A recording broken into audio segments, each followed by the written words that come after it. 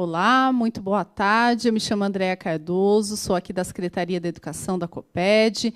Estou com vocês em mais uma aula do componente curricular de Geografia, do ensino fundamental dos anos finais, e juntamente aqui com a nossa professora Milene Barbosa, regente dessa aula. Boa tarde, professora. Boa tarde, professora. Boa tarde a todos que nos acompanham, alunos, alunas, professores, né, PCNPs aí que estão nos acompanhando para mais uma aula do 9º ano, terceiro bimestre, finzinho do terceiro bimestre, né, professora? Quase ali com o pezinho já no quarto. É isso mesmo. Parece que era ontem que estávamos aqui abrindo o terceiro bimestre, apresentando para vocês o nosso percurso formativo, e hoje a gente tem mais uma aula, né? Lembrando que essa aula é importante que vocês anotem o título, as informações relacionadas à habilidade do currículo paulista e as primeiras orientações, porque o nosso trabalho aqui é apoiar, né, o trabalho de vocês em casa, fornecer aí informações, sugestões de atividades, materiais de apoio,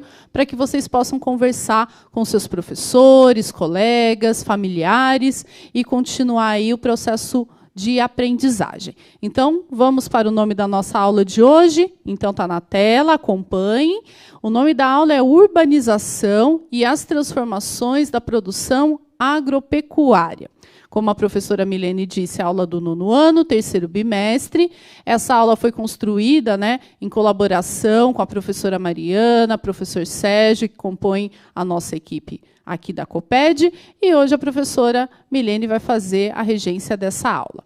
Então, qual é a habilidade vinculada? Então, também na tela, para que vocês possam anotar, é a habilidade 12. E o que ela traz para a gente? Relacionar o processo de urbanização, as transformações da produção agropecuária, a expansão do desemprego estrutural e ao papel crescente do capital financeiro em diferentes países, com destaque para o Brasil. A unidade temática é Mundo do Trabalho e o objeto de conhecimento, cadeias industriais e inovação no uso dos recursos naturais e das matérias-primas, né? Então, é importante sinalizar que a gente terá diversas atividades no decorrer da aula, que vocês vão poder participar no nosso chat. Lembrando que é importante a responsabilidade, que você compartilhe as suas percepções, os seus conhecimentos sobre o tema que a professora Milene vai apresentar, e que no final da aula vocês terão acesso a um QR Code que vocês vão poder também fazer a avaliação da aula de hoje. Então, como toda aula de geografia, a gente tem um momento de retomada e logo em seguida a professora Milene vai fazer a apresentação do tema central. Então, desejo para todos vocês uma boa aula, professora, boa aula também. Muito obrigada, professora. Então, né, nós estamos aqui num momento de retomada, nós vamos relembrar o que nós vimos na nossa última aula, que foi a aula do dia 24, né, do 9, que ela está disponível, na verdade, para quem perdeu, ela está disponível lá no YouTube. Então, você consegue acessar ela pela página, né, do Centro de Mídias do Estado de São Paulo, e você consegue assistir se você perdeu essa aula. Então, fazendo aí a retomada, vai aparecer para vocês na tela os pontos que nós vamos retomar, né? Na aula passada, nós falamos de blocos regionais, em especial falamos da União Europeia e Mercosul. Lembrando aí que a União Europeia, né, ela tem aí 27 Estados-membros. Nós falamos de várias características, vários pontos importantes da União Europeia. Inclusive, na aula passada, nós falamos um pouquinho sobre a zona do euro, né? Também reforçamos a questão dos países que aderiram e os que não aderiram à moeda, né, a moeda única, como é o caso de adesão, por exemplo, da Áustria, da Itália, Portugal, Malta, e também temos alguns países que não aderiram, né, à zona do euro, como é o caso, por exemplo, da Croácia, da Polônia, entre outros, né, são 27 membros ao total, e nós deixamos um gancho para vocês na última aula para pesquisar, conhecer um pouco mais, né, sobre esses blocos e a importância. Também falamos um pouquinho das questões ligadas ao Mercosul, né, que é o Mercado Comum do Sul, fundado a partir do Tratado de Assunção, em 1991. Falamos também, que vai aparecer aí para vocês na tela, né, nos checklists do que nós estamos retomando, a questão do parlamento. Nós falamos do Parlamento Europeu e do Mercosul, do Parlasul, certo? Eu vou pedir só para voltar um pouquinho no slide anterior aí para vocês, que tem isso que nós falamos dos 2 parlamentos, das diferenças no modelo de votos, né? E também falamos bastante, inclusive com algumas reportagens sobre a questão da saída do Reino Unido da União Europeia. Só reforçando que essa questão, né, da saída, dessa tomada de decisão, é um processo que leva aí anos, né, de discussões entre os parlamentares e a população, né? Então, isso é muito importante, que não é um momento de decisão, vamos sair da União Europeia, né? E não é assim. É um processo de discussão intensa, né? Muitos itens a serem avaliados quando nós falamos das questões dos blocos regionais. Então, é importante a gente reforçar. E, para isso, nós vamos ter uma sondagem, né, professora? Isso mesmo. Então, logo agora, vocês já vão ter a oportunidade, né, de registrar os seus conhecimentos. Então, vamos para as 3 questões propostas para a sondagem de hoje. Então, primeira questão. O que é urbanização? Segunda questão. A urbanização pode impactar a produção no campo? Como? Terceira questão. De que maneira o campo está presente na cidade? Então, gostaríamos muito de conhecer o que vocês sabem sobre essas 3 questões, né? Lembre-se de colocar, ao responder, a identificação, né? Então, a urbanização, questão 1, né? E assim por diante, que voltaremos daqui 2 minutos para ler algumas contribuições. Até já.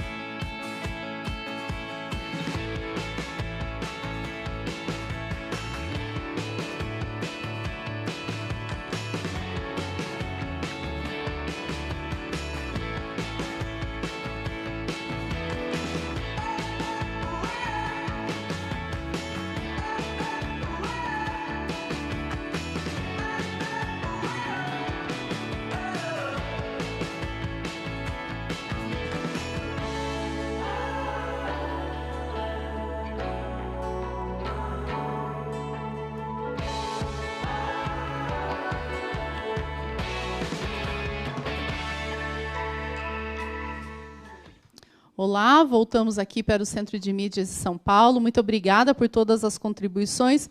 Professora Milene, acho que é bom a gente incentivar que vocês continuem, né, pensando nessas 3 questões, dialogando com seus professores e colegas. Eu gostaria de destacar aqui, por exemplo, o Luiz Gustavo, né? Para a primeira questão, ele colocou que quando ele lembra de o que é urbanização, ele lembra de construção de cidades, né, produção de cidades. A segunda questão, ele falou que pode impactar na questão do trabalho. E, para a terceira questão, ele lembrou da matéria-prima. Nossa, muito legal, Bom, né? Muito legal. Muito obrigada pela contribuição, né, de todos. E como a professora falou, né, fica esse gancho de discussão dessas 3 questões aí junto aos professores de vocês e aos colegas, né? E dentro das 3 questões tem uma que eu acho legal a gente até fazer um breve comentário, que é a questão de que maneira o campo está presente na cidade, né? Ou que seria o espaço delimitado que nós chamamos, né, de espaço rural, está aí presente no espaço urbano. Muitas vezes, na cidade de vocês, na região de vocês conseguem visualizar isso principalmente em feiras livres, né? Que é aquela feira que você vai, que você compra verdura, verdura, legumes, às vezes carne, e até dentro das pesquisas, tal, nós temos alguns aspectos de algumas cidades do interior, né, que eles estão se perdendo ao longo dos anos, que muitas vezes é aquela pessoa que vende o frango na feira, né, que você chega lá, o frango ele está inteiro ainda, com pena e tudo mais. Então, tem alguns aspectos do campo que eles são importantes. E eles são importantes, na verdade, dentro de um processo histórico da cidade, né, de um processo geográfico de caracterização dessa população, dessa caracterização desse processo urbano e rural. Então, é legal a gente ter essas percepções. Tenho certeza que eu estou falando aqui, muitos alunos e professores que nos acompanham nesse momento devem estar pensando, poxa, na minha cidade tem um negócio assim, tem uma coisa que acontece na feira livre, né? A gente tem características que, quando nós falamos de feira, que muitas vezes a gente tem a banquinha, que é basicamente igual, mas nós temos características de produtos que são produtos, às vezes, únicos, né, naquele momento. Professora, dá tempo de ler mais uma contribuição, né? Gostaria de destacar aqui a contribuição da estudante Ana Clara. Ela coloca que a urbanização e o crescimento da população em uma determinada cidade, então ela trouxe esse aspecto populacional. Ela fala também da transformação do espaço urbano na questão da migração e ainda destaca a relação campo-cidade, que tem acontecido de forma intensa e acelerada. E ainda trouxe também o elemento do êxodo rural. Nossa, olha que legal, porque o nosso próximo slide nós vamos falar de êxodo rural. Então, a aluna Ana Clara está conectada.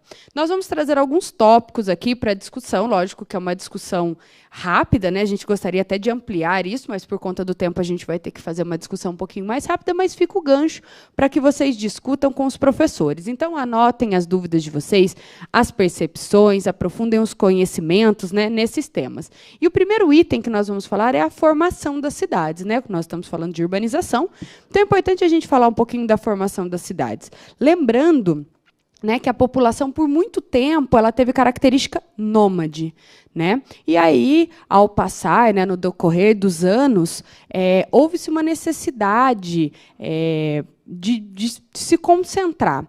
E a gente vai ter aí registros do que seria primeiro o assentamento, né, o surgimento de uma cidade, talvez já com umas características de mercado, de moradia, né, datadas aí na Mesopotâmia, próximo ao rio Eufrates. Tenho certeza que muitos alunos já devem ter escutado isso, principalmente na aula de história, né?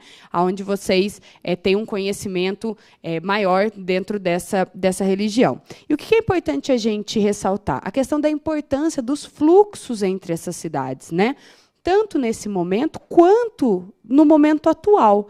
Provavelmente quem mora numa cidade menor, geralmente faz, por exemplo, precisa comprar algum item específico, precisa ir até uma cidade vizinha, ou se precisa de algum recurso, precisa fazer um exame médico, por exemplo. Às vezes precisa ir até a cidade vizinha, né? E nós estamos falando não só do fluxo de pessoas, mas como também de um fluxo material e de um fluxo imaterial que acontece ligando essas cidades. Tenho certeza que todo mundo, se parar para pensar um minutinho, deve ter alguma cidade próxima que a gente fala, nossa, quando eu vou, aquela cidade é maior do que a minha, tem mais recursos do que a minha, né? Ou, às vezes, por exemplo, dentro de um perímetro urbano, você tem 1, 2 tipos de agências bancárias, e na outra você tem outras, né? Então, são características de fluxos de cidades que são importantes a gente elencar quando nós falamos de urbanização. Outro fator, como a aluna Ana Clara colocou aí, é o êxodo rural. A aluna Ana Clara estava ligada aí, né? A gente sempre precisa lembrar que essa questão do êxodo rural, ela é um processo e não é uma coisa do dia para a noite, né? Não é simplesmente as pessoas saíram do campo e foram para a cidade no mesmo momento, né? Isso é um processo de anos. Então, o êxodo rural, a gente precisa sempre ter essa atenção. E, por último, o planejamento urbano. O que é bacana da gente ressaltar em relação ao planejamento urbano, né? O planejamento urbano é um estudo do crescimento, né, e funcionamento das cidades e já existentes ou planejado ou em planejamento. Aqui no Brasil, nós temos algumas cidades que foram cidades planejadas, outras não, outras são cidades aí de nascimento espontâneo. né? Provavelmente a maior parte das nossas cidades são cidades de nascimento espontâneo. Fica até a dica para você pesquisar se a sua cidade é uma cidade planejada ou não, né? E o importante é a gente ressaltar essa questão de que dentro da geografia nós temos um campo, um ramo de estudos sobre planejamento urbano. Então é muito bacana a gente ter esse arcabouço, né, acadêmico que a geografia ela propicia. E como nós estamos falando dessa questão da urbanização e desse olhar, né, para o espaço agropecuário, para esse espaço mais agro, eu vou apresentar para vocês, acredito que alguns até já conheçam, que é o Censo Agropecuário. Vai aparecer aí para vocês na tela, né?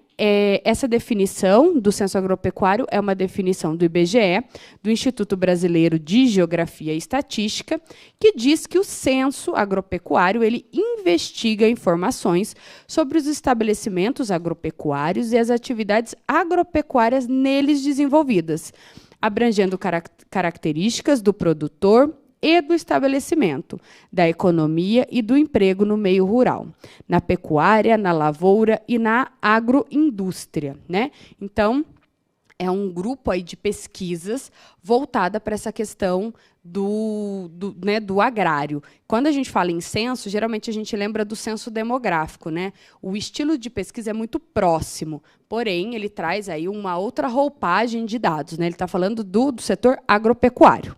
Já na sequência, continuando essa questão do censo agropecuário, nós vamos ver aí o objetivo. Então, acompanhe aí na tela. O censo agropecuário ele tem aí o objetivo de obter informações sobre a organização e a estrutura dos setores agropecuário, florestal, aquícola do país. São exemplos de dados estruturais típicos às características do estabelecimento e do produtor, pessoal ocupado, utilização das terras, efetivo da pecuária, produção vegetal e animal, entre outros. Né? E para a gente entender um pouquinho mais dessa dinâmica do censo agropecuário, né, dessa questão que nós estamos discutindo da urbanização e do espaço agrário, a professora André vai chamar um vídeo para nós. Isso mesmo. Como vocês sabem, nós utilizamos sempre vídeos aqui do IBGE Explica, né, que é uma série de vídeos bem didáticos, com animações que ajudam a gente a entender os temas das aulas aqui do componente de geografia. Então, o censo agropecuário, o que é sua estrutura e para que serve, né? Acompanhe esse vídeo, ele tem aproximadamente 4 minutos e meio. Anote as ideias principais, que daqui a pouco a professora Milene volta com outras informações também.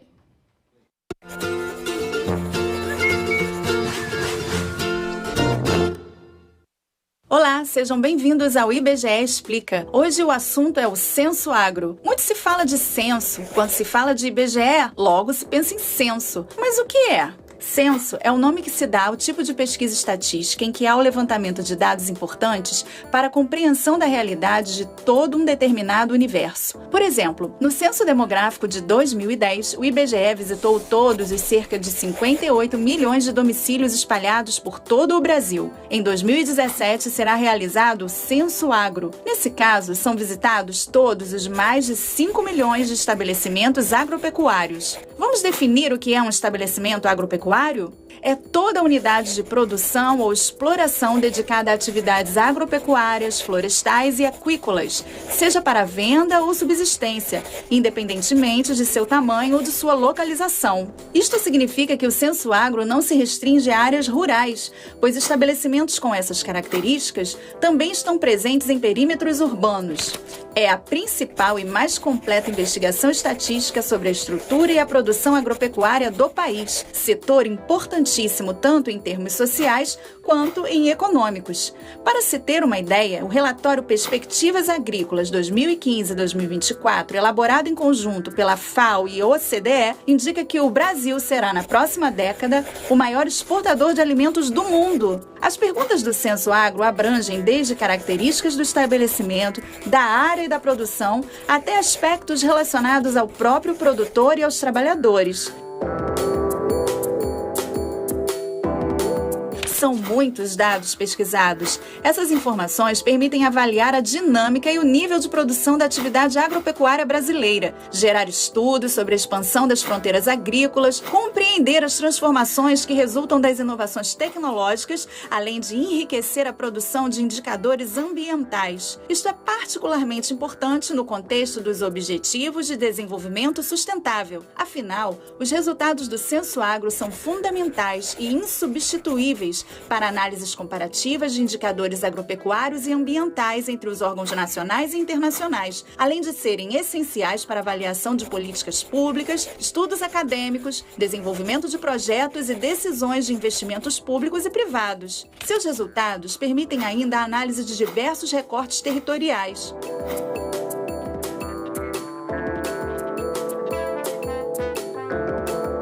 O primeiro recenseamento da agricultura realizado no Brasil ocorreu em 1920 e desde então foram realizados mais 9 recenseamentos. Como na vida, o censo se adaptou ao longo do tempo. Ele se ampliou, buscando acompanhar as modificações verificadas no cenário rural, referidas às inter-relações entre sistemas produtivos, expansão agrícola, mecanização, política fundiária e produtividade. Além disso, importantes mudanças metodológicas e tecnológicas foram feitas para melhorar a qualidade dos dados e dar mais agilidade na divulgação de seus resultados. Que tal alguns dados do último censo agropecuário ocorrido em 2006? Entre o censo agropecuário de 95 e o de 2006, a área e a produção de soja passaram, respectivamente, de cerca de 9,5 milhões de hectares e 21,5 milhões de toneladas para 17,8 milhões de hectares e 46,2 milhões de toneladas. Ele revelou que os estabelecimentos com mais de 1.000 hectares representavam em torno de 1% do total de estabelecimentos agropecuários no Brasil e ocupavam 43% da área total desses estabelecimentos, enquanto aqueles com menos de 10 hectares eram cerca de 47% do total e ocupavam apenas 2,7% da área. O Censo Agro de 2017 acontece a partir de outubro e vai até fevereiro. São mais de 27 mil pessoas envolvidas nessa mega operação. Se todos os envolvidos formassem uma cidade, ela teria uma população maior do que a de 4.286 dos 5.570 municípios existentes no Brasil. E se você é um produtor agropecuário, não deixe de receber bem o recenseador e responder corretamente as perguntas. Isso nos ajudará a retratar fielmente esse setor tão importante no nosso país. Ficamos por aqui. Gostou do vídeo? Então curta e compartilhe. Não deixe também de assinar nosso canal e nos ajudar a disseminar informação pelo país. Até a próxima! Olá, voltamos. Vocês assistiram agora um vídeo do IBGE sobre o censo. É importante que você retome, né? Vá novamente ao site, assista o vídeo novamente, se for possível, e faça o registro das ideias principais. Agora nós temos uma atividade 1, com mais 2 questões que gostaríamos de conhecer o que você sabe. Vamos para as questões? Então, está na tela agora, se possível anote ou faça o print. A primeira questão: qual é a finalidade do censo agropecuário? Segunda questão: em qual setor da economia se enquadra a agricultura? Lembrando, né, professora Milene, que aqui nas aulas, no nono de Geografia, a gente já tratou bastante dessa questão dos setores da economia, inclusive com a contribuição da professora Mariana por meio de vídeo. Então, são aproximadamente 1 minuto e meio para você registrar a sua contribuição. Até já!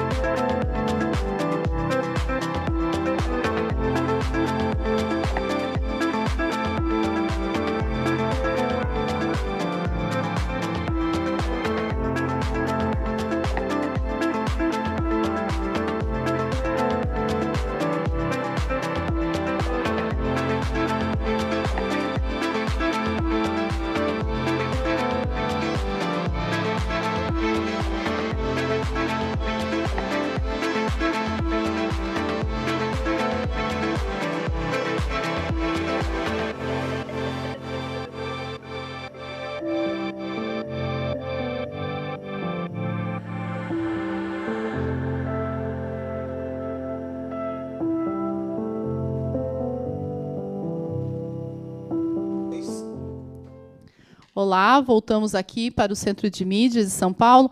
Professora Milene, muitas contribuições, nossos estudantes estão aqui ligadinhos, então vamos lá para contribuições bem legais. Para a primeira questão, o Arthur ele respondeu: crescimento, para analisar o crescimento da agricultura e pecuária. Apareceu aqui também a Maria Clara, que ela colocou: investigar a estrutura e produção agropecuária do país. E para a segunda questão, qual é o setor? O Marcelo e tantos outros estudantes, obrigada, responderam o primeiro setor. Muito bem, né? O setor primário, né? Muito bem, parabéns a todos os alunos. E eu achei muito legal a contribuição para a primeira questão, né? Porque lembrando que o censo agropecuário, ele tem aí, né, como missão obter essas informações. E por que obter essas informações? Nós precisamos saber, né? Se aumentou, se diminuiu, quais são as regiões do Brasil que produz determinado item. Então, é muito importante essa análise, né? Esse censo, para que você realmente tenha aí dados que são importantes, porque isso, ao longo, né, do processo de anos, a gente consegue ter aí um panorama, uma linha do tempo agropecuária do nosso país. E aí nós vamos deixar para vocês uma atividade complementar que vai aparecer para vocês na tela. Né? Pesquise mais sobre os dados do Censo Agropecuário do Brasil e descubra o que ele revela sobre o nosso país. Eu trouxe aqui para vocês, né, um dado muito, muito pequeno, que foi demonstrado aí pelo IBGE Explica, e nós temos aí um estudo muito mais denso. Então, pesquise um pouco mais, né, elabore algum item com orientação do seu professor, pode ser um vídeo, pode ser um cartaz, pode ser uma anotação. Publique nas redes sociais utilizando a hashtag GEL no CMSP e a hashtag eu no CMSP. Né? Aí vocês colocam lá, por favor, o primeiro nome, o nome da escola, que a gente consegue resgatar essas atividades e conseguimos aqui mostrar para vocês. Né? Os alunos do 9º ano que acompanham as aulas sabem que a gente sempre tem uma atividade de algum aluno passando aqui nas nossas aulas. E agora, já na sequência, nós já vamos para uma outra atividade, né, professora? Isso mesmo. Então, vamos para a tela, atividade 2. Vamos ler juntos. Analise a informação a seguir. O Brasil é um país agrário, de riquezas na produção do campo. Qual é a sua opinião sobre essa afirmação? Vai ficar para vocês aproximadamente também 1 minuto e meio e voltamos até daqui a pouquinho.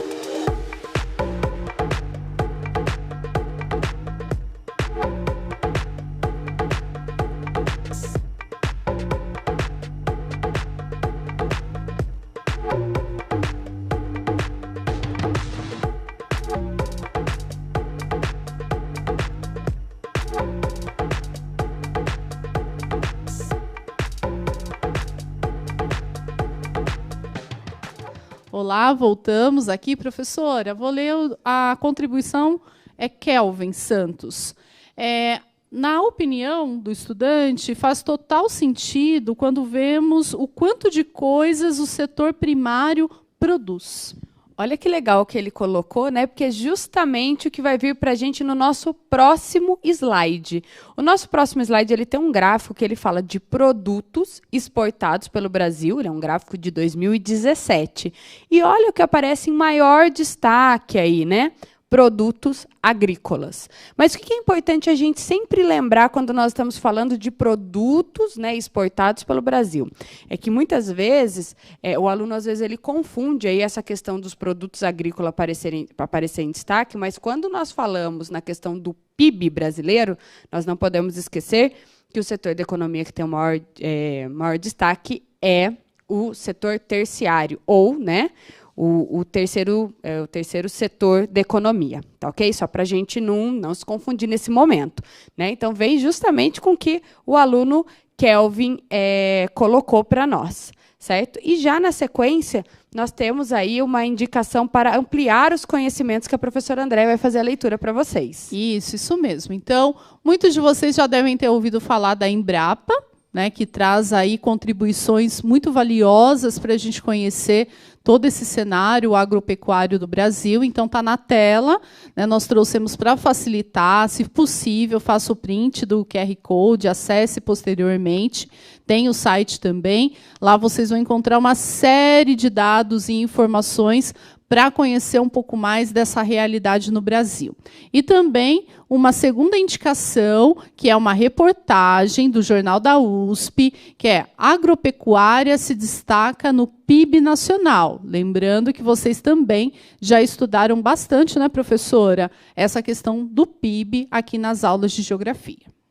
Muito bem. E, dando sequência, né, nós estamos falando de fatores da agricultura, né, e agora já passando para um olhar um pouco da agricultura com a industrialização e inovação, vai aparecer para vocês aí na tela 3 tópicos, que são 3 tópicos muito importantes para que a gente consiga entender esse panorama. O primeiro que fala, né, do beneficiamento e indústria de transformação, né, lembrando que o beneficiamento aí é o ato, o efeito de favorecer esse bem agrícola. Nós temos a questão ligada às cadeias industriais, né, que geralmente estão associadas ao processo desde a extração até a finalização do produto, nessa cadeia industrial do produto agrícola. E, por fim, a inovação no uso dos recursos naturais, né?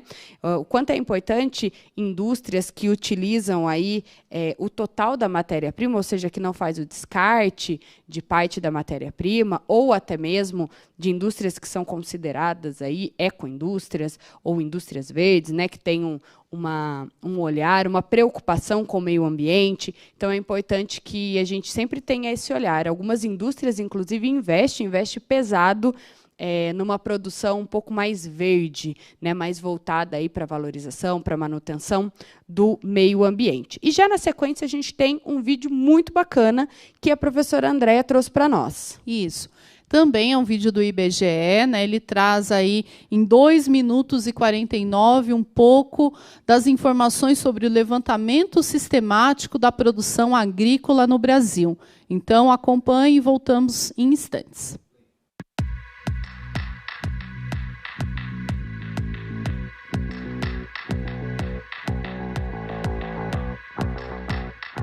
A quinta estimativa de 2017 para a safra nacional de grãos totalizou 238,6 milhões de toneladas, o que representa uma safra 29,2% superior à obtida em 2016.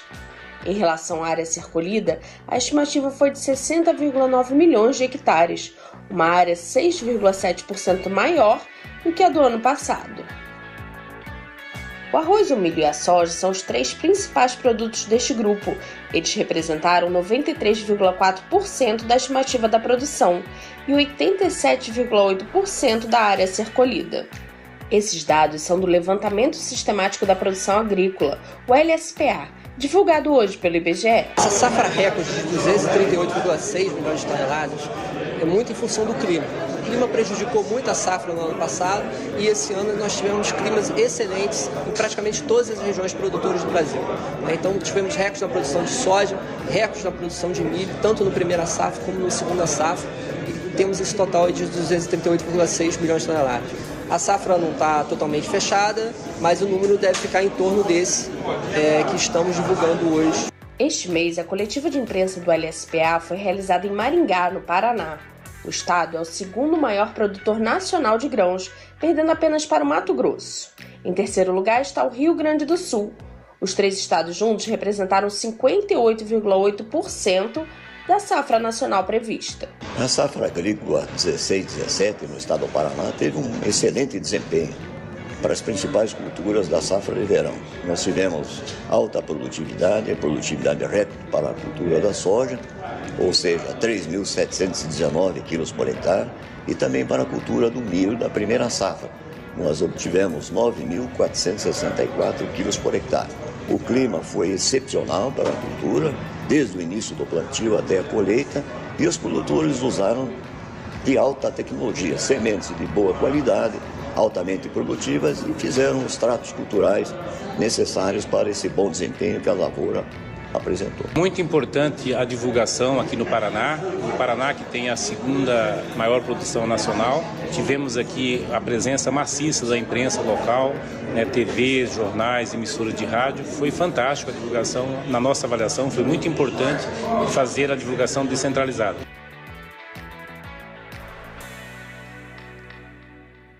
Olá, voltamos, já estamos em instantes finais da aula de Geografia do 9º ano hoje.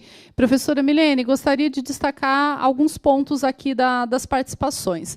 Os nossos estudantes demonstraram o quanto eles estão preocupados com essa questão ambiental. Então, a gente precisa, obviamente, do campo, de produzir muitos alimentos, que inclusive são exportados, mas também como preservar. E a Camila, ela disse o seguinte: na minha opinião, o Brasil possui riquezas na produção do campo, porém não é um país 100% agrário como já foi. Olha, muito bem, né? Então a gente vê que tem alguns alunos que estão atentos, né? Inclusive alguns alunos colocaram informações aqui do que vem acontecendo no Brasil, né? Então a gente consegue observar que tem alunos que estão aí atentos ao que está acontecendo. E já na sequência a gente vai para o nosso último vídeo, né, de hoje, que é um vídeo que fala da Lei do Bem, né? Que incentiva a inovação tecnológica. Ele é um vídeo bem curtinho. Fique aí, já retornamos. Você já ouviu falar na Lei do Bem? Ela existe desde 2005 e prevê incentivos a empresas que investem em inovação tecnológica. Para tornar este marco legal mais conhecido, o Ministério da Ciência e Tecnologia lançou um guia prático da Lei do Bem.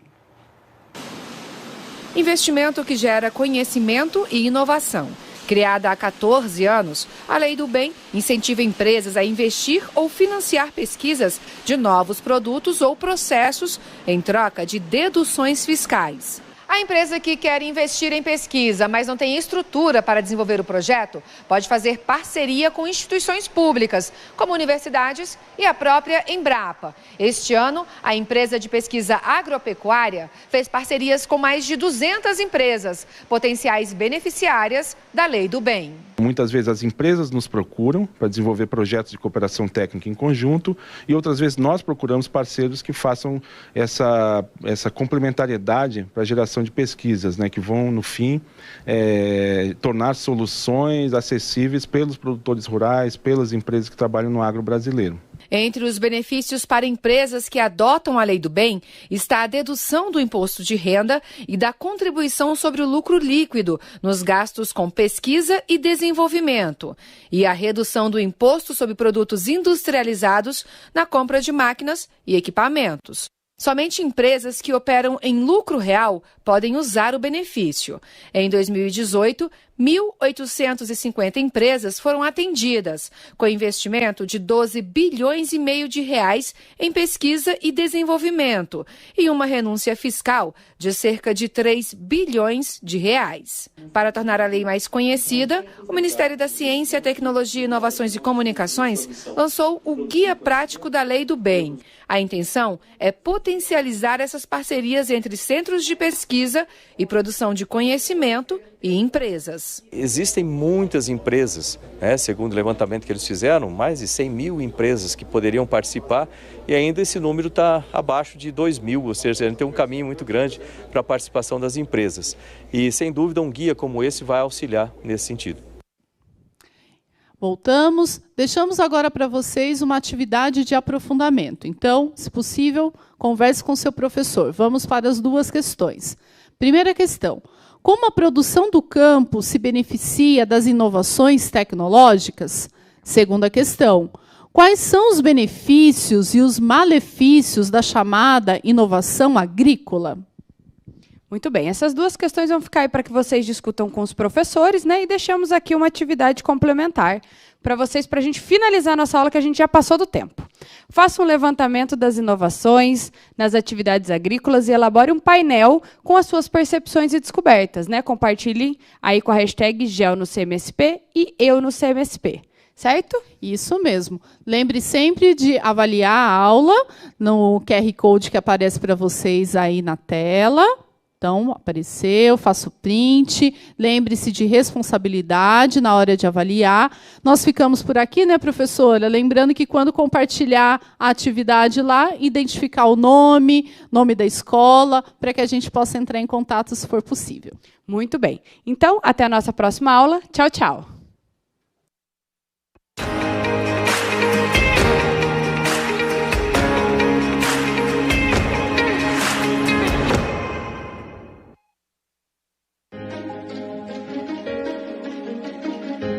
A escola pode estar distante, mas as aulas não.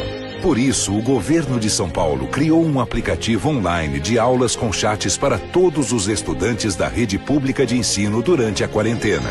O acesso à internet é gratuito e você ainda pode assistir às aulas ao vivo nos canais digitais da TV Cultura. Baixe o aplicativo e estude.